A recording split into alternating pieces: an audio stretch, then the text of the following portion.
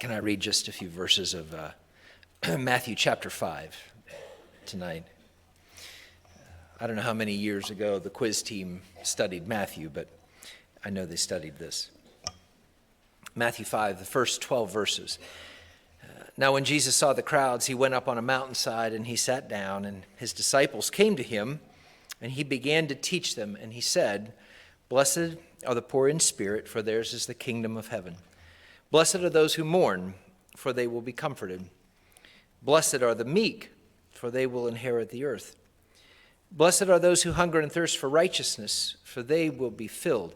Blessed are the merciful, for they will be shown mercy. Blessed are the pure in heart, for they will see God. Blessed are the peacemakers, for they will be called children of God.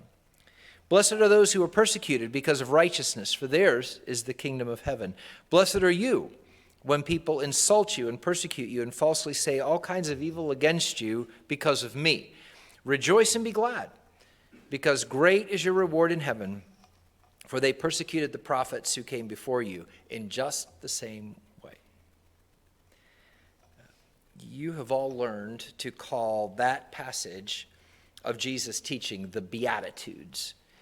But you may not know that the reason they're called Beatitudes is because of the Greek adjective that begins each one of those phrases, makarioi.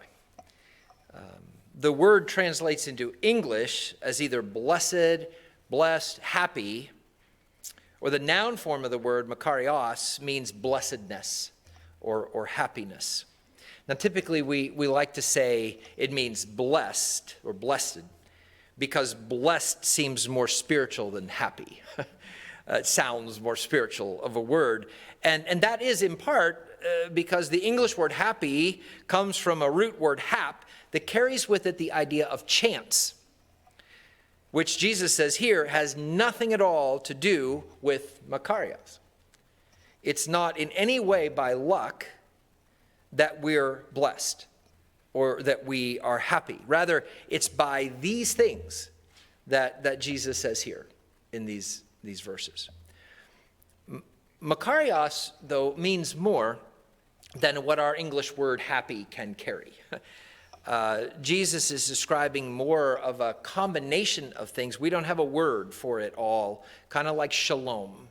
It means peace, but it means more than that. Well, makarios means happy, blessed, but it means more than that. It's sort of a combination of the concepts of privilege and contentment and satisfaction, calmness, joyfulness, fullness, completeness, all of that. That is what he is saying, that all of that, that state of being is available to people, not based on chance, not based on circumstance, but based on our decision to live in these ways that he describes here, to live as God created us to live. That is the key. Makarioi, those are blessed. Those are happy. Happy are those, complete are those, full are those, content and calm are those who follow God, who do what he says, who make decisions based on his principles, and so live as he created us to live. That's what Jesus is saying.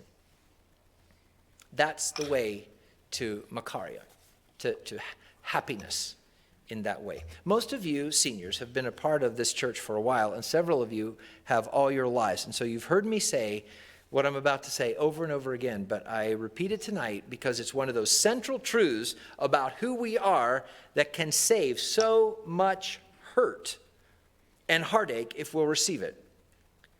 So hear it one more time. We will only find true and enduring blessedness, contentedness, that sense of calm purposefulness. We will only find that holy sort of happiness, makarioi, as we will choose to live as God created us to live. Now, on the surface of it, that concept is such a simple thing. It's really one of the most basic principles of life. Things work best when they're used in the way they were created to be used. For example, this device was made to work with a PA system to amplify sound. You know what this is. This device was made to shave hair from a person's face or head or wherever they want to shave hair from. Now, the fact is, on the surface, these two things look sort of similar. They're the same color. They weigh about the same. If you look at them right, they look very similar. But you know what will and won't happen if I try to shave with this or amplify my voice with this.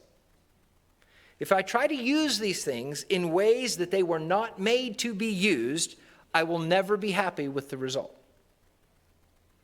The chair that everybody in here is sitting on, all those chairs, they were made to be used inside a building. If you take one of those chairs and you take it home and you try to use it outside, you set it out in your yard or maybe on your deck or your porch or whatever outside, it might work for a few days or maybe even a few weeks. But in time, the fabric is going to fade. The fabric, what's inside the fabric, the foam, will hold water and it will start to grow mold. It will get green. It will rot and get loose and wobbly. And one day, when you sit down on it, it will just fall apart beneath you.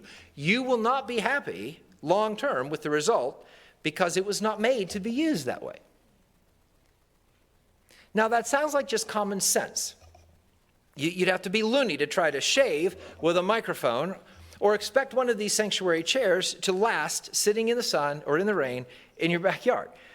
But the honest truth is, more and more people today are maybe very sincerely, but also very misguidedly, looking for happiness, looking for contentment, looking for blessedness.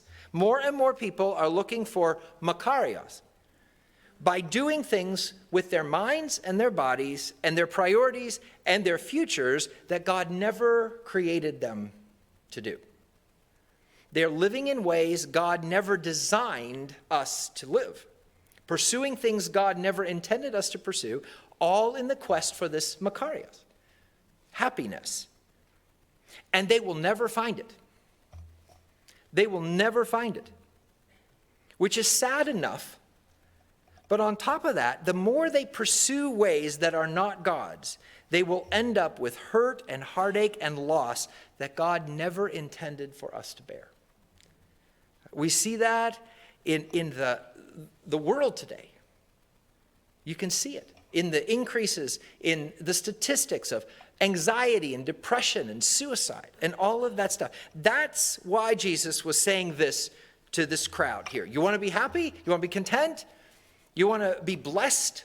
You want to be makarioi? This is how you achieve it. This is what you do. This is how you live. This is what you prioritize in order to truly be makaria. And let me just sort of abbreviate what Jesus says here. I mean, he says, don't presume you know best, because you probably don't. We're broken people. We're sinful people. We make mistakes, a lot of them. So be open to God's voice in your circumstance. That's what Jesus was saying to them. See all of life realistically, including the tough stuff of life. Don't think yourself better than you really are. Blessed are the meek. Pursue true righteousness, not just the appearance of it.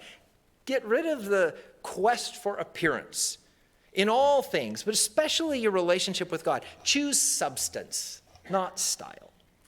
Give others the benefit of the doubt. Blessed are the merciful. Make choices that please God according to his word, no matter what the world around you thinks. Keep physical needs and material possessions in proper perspective. Don't let what's temporary take over your life. Keep the eternal things the priority. Build your future on firm foundations, not on things that just come and go. And Jesus says, as you live like this, as you do these things, you can expect to be in the minority in this world, because most people won't. Most people won't do these things. That is the sad reality. The way of living as God created humans to live, that path is not heavily traveled in our world. So why was Jesus saying all this? Because he wants us, he wants all people, but he wants us to be makario. Jesus wants people to be blessed, content, fulfilled, satisfied with life. God wants us to be that sort of happy, but it doesn't come by chance. It doesn't come by finding our own way, asserting ourselves, giving ourselves to doing only what we want, what we like, when we want, even necessarily by doing what we're good at. Blessedness, makarios, that holy sort of happiness only comes by giving ourselves fully to God, by asking him, by his Spirit, to lead us and to guide our steps, to set our priorities even, to choose our directions, and to help us stay in his way. That's how we find blessedness. Or maybe more accurately, that's how blessedness finds us. You are all, the 9 of you, you are all in that place where fewer and fewer decisions are going to be made for you by parents. And more of your decisions will rest on your own shoulders. For some of you, that sounds great. For others, it may be frightening. Regardless of what you think of it, that is just part of growing up. You know, that is adulting, as it's been called. The fact is, there are things you'll be deciding over the next months and years that really only you can decide. There are details about the ways God wants to lead you. There's things that he'd like to do with you, in you, through you, places he'd like you to go, priorities he'd like you to set, that he'll reveal to you and to no one else. Your parents, your friends, godly influences in your life, they'll be there for you, for help and for counsel. But in the end, following Jesus in accordance with his word and the voice of his Spirit, that's really going to be up to you. And to the degree you'll choose to listen to him, to the degree you'll choose to follow him, that's the degree to which you'll experience makarios, happiness, blessedness. Your parents want you to experience it. So does your church family. So does any true friend. And so does God. He wants for you that holy happiness that comes from being who he made you to be and going where he made you to go and doing what he made you to do and living as he designed you to live. He wants that for you. The world around us has changed so much over the last few years, particularly, in our culture here especially. But you know, regardless of what others around us are doing, regardless of what they are choosing, true holy happiness still comes from right here. There are no new beatitudes. What's brought people blessedness for ages is still what brings people blessedness. And that is, simply put, to do the will of God the Father. And in the end, that's the highest hope anyone can have for themselves or for someone they love. We all want, each of you, to be able to say, just as Jesus was able to say to God the Father, I have brought you glory on earth by completing the work you gave me to do. I have done what you have created me to do. Or in another place, when some woman in the crowd yelled out at Jesus, how blessed is the woman who bore and nursed you. And Jesus replied to her, blessed rather are those who hear the word of God and obey it. Blessed. To hear God's word and obey, to listen to him and do what he says, to live as he says to live, as he made us to live. That is a happy, blessed, makarioi kind of life.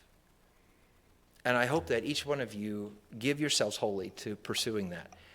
If you will be makarioi, and God will be too. He will be blessed because of you. And your parents and your family will be makarioi. They will be that sort of holy happy, and the world will be changed for good because of you and because of your life.